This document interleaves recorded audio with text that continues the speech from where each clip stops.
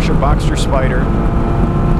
This particular Boxster Spyder is equipped with the dual clutch PDK transmission, so you won't see me reaching for a shifter.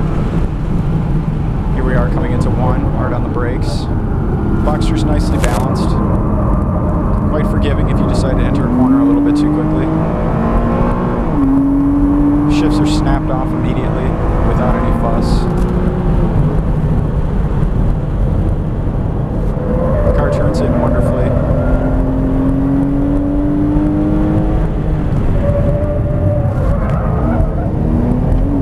Barely any understeer.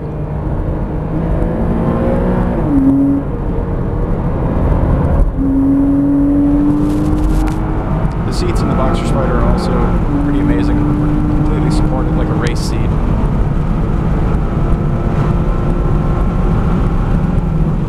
The Boxster's incredibly stable through the uphill S's. There's very little twitchiness.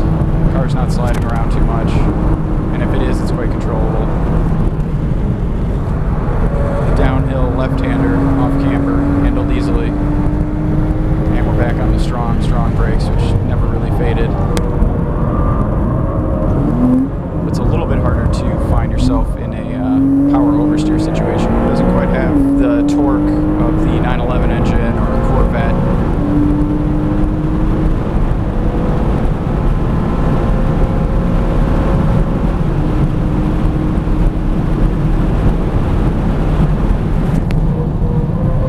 Just a little bit too late, fighting a little bit of understeer on corner entry,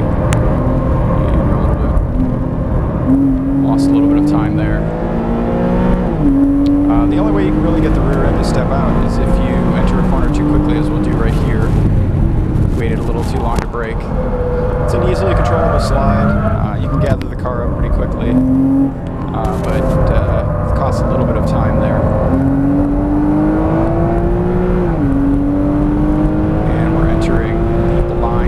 S's up here.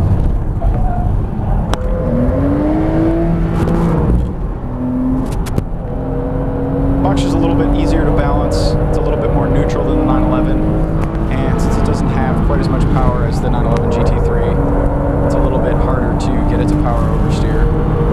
It's quite stable through here. A little bit late on the brakes coming into this downhill section, as you'll see. We're a little bit wide in the corner.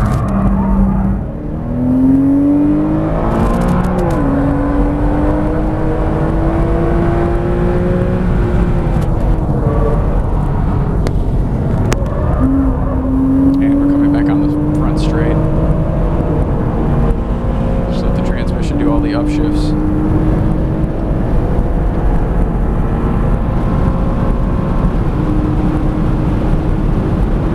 Our best lap time in the Boxster Spyder was a 3:03.8.